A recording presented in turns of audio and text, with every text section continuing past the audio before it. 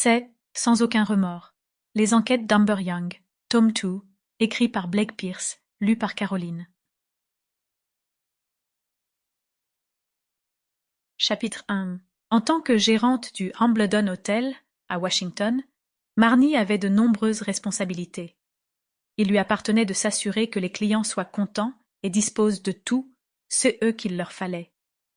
Elle appelait ainsi des taxis pour eux, leur réservait des places de théâtre et leur conseillait des endroits à visiter. Il lui fallait parfois gérer des problèmes en toute discrétion pour les plus prestigieux d'entre eux. Marnie trouvait des solutions. Toujours. Aujourd'hui, elle devait s'occuper d'un autre souci. Quelqu'un dormait sur le banc devant l'hôtel. Cela arrivait. Des personnes sans domicile se disaient qu'en restant autour de l'hôtel, elles réussiraient peut-être à obtenir quelque chose du personnel, ou bien des clients fortunés qui y séjournaient. Malheureusement, ces derniers n'aimaient en général pas croiser les sans-abri, et Marnie devait alors trouver un moyen de gérer la situation, de demander à ces individus de se déplacer. Elle était devenue experte en la question.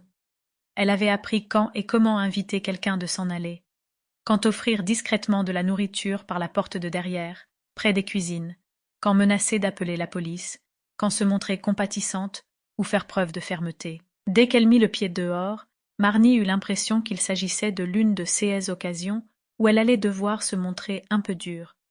Une femme était allongée sur l'un des bancs, situé dans le square devant l'hôtel, sur lequel donnaient des cafés et des boutiques de haute couture. Elle était visiblement endormie, ce qui donnait l'impression qu'elle était saoule, droguée, ou potentiellement les deux. Marnie fut cependant surprise. La femme n'avait pas l'air de vivre dans la rue. Elle était jeune, environ la vingtaine, avec des cheveux blonds bouclés et de jolis traits, maquillée comme si elle s'apprêtait à passer une soirée en ville. Elle portait une robe rouge et des talons. Peut-être avait-elle trop bu, et avait-elle alors décidé de passer la nuit ici. Il se pouvait même qu'elle loge à l'hôtel, mais Marnie ne la reconnaissait pas. Or elle se faisait un devoir de mémoriser le visage et le nom de chaque client. Elle s'approcha de la jeune femme et lui secoua l'épaule. Il est temps de se réveiller. Pas de réponse. Allons, vous devez vous lever et rentrer chez vous. Il n'est plus l'heure de dormir. Marnie avait adopté un ton plus ferme, et des gestes imperceptiblement plus brusques. Elle n'obtint toujours pas de réaction. Elle commença alors à s'inquiéter. La peau de la jeune femme lui paraissait très froide. En soi, cela ne signifiait rien, puisque les nuits demeuraient fraîches, mais si l'on y ajoutait l'absence de réaction de la jeune femme, cela n'augurait rien de bon. Évidemment, Marnie avait son brevet de secourisme. Des accidents pouvaient arriver sur son lieu de travail, et il était important qu'elle puisse apporter les premiers soins aux clients qui se Sample complete. Ready to continue?